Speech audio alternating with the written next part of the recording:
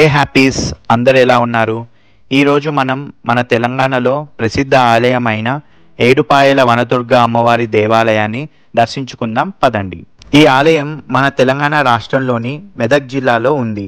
ఈ ఆలయం హైదరాబాద్ నుంచి 110 కిలోమీటర్ల దూరంలో, అలాగే మెదక్ పట్టణం నుండి 19 కిలోమీటర్ల దూరంలో ఉంటుంది. ఈ ఆలయం దట్టమైన అడవి మధ్య చుట్టూ పచ్చని చెట్లు, గుట్టలు, వాగులు, గలగలా పారే పిల్ల కాలువలతో పచ్చని ప్రకృతిలో కొలువై ఉన్న శ్రీ ఏడుపాయల వనదుర్గమ్మ ఆలయాన్ని దర్శించుకుందాం. ముందుగా ఈ ఆలయ చరిత్ర గురించి తెలుసుకుందాం.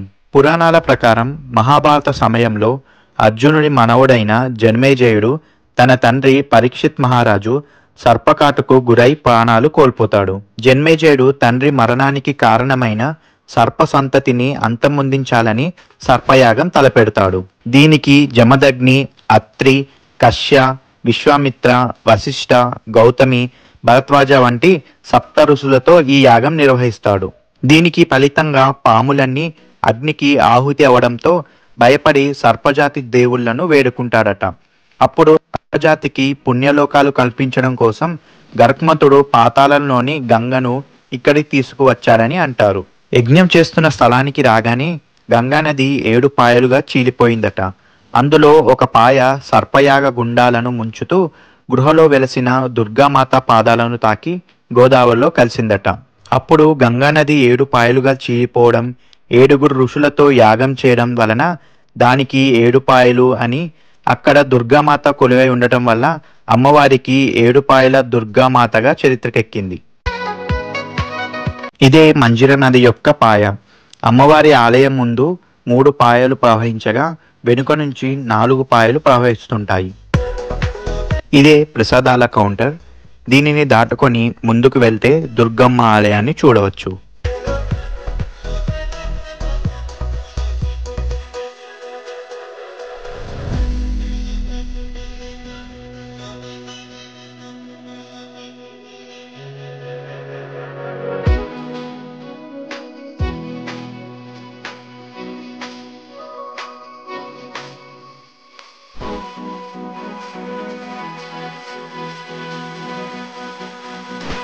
ఇదే అమ్మవారి ప్రధాన ఆలయం.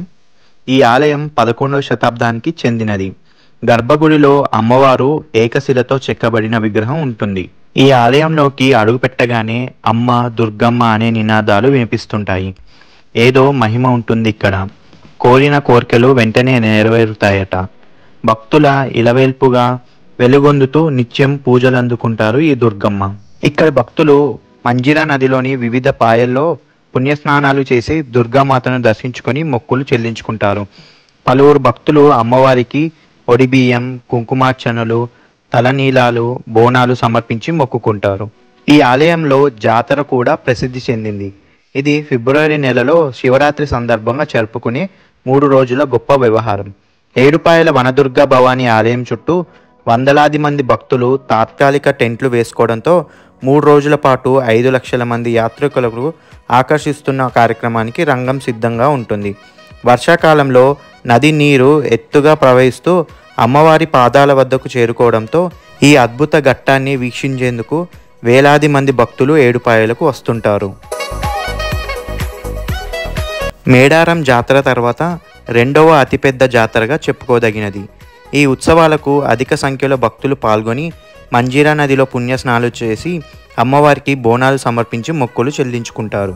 ఏడుపాయల నది ప్రాంగణంలో వెలసి వందల ఏళ్ల చరిత్ర సాక్ష్యంగా, భక్తులు మొక్కులు చెల్లించుకునే పుణ్యక్షేత్రంగా, అలాగే పర్యాటక కేంద్రంగా బాసిల్లుతూ తెలంగాణ సంస్కృతికి ప్రతీకగా నిలుస్తుంది ఈ ఏడుపాయల దుర్గమ్మ దేవాలయం. సో ఇదండి ఏడుపాయల దుర్గమ్మ ఆలయ విశేషాలు. మళ్ళీ తర్వాత వీడియోతో మీ ముందుకు వస్తాను. అప్పటి వరకు మీ సంతోష సమయాన్ని గడపండి.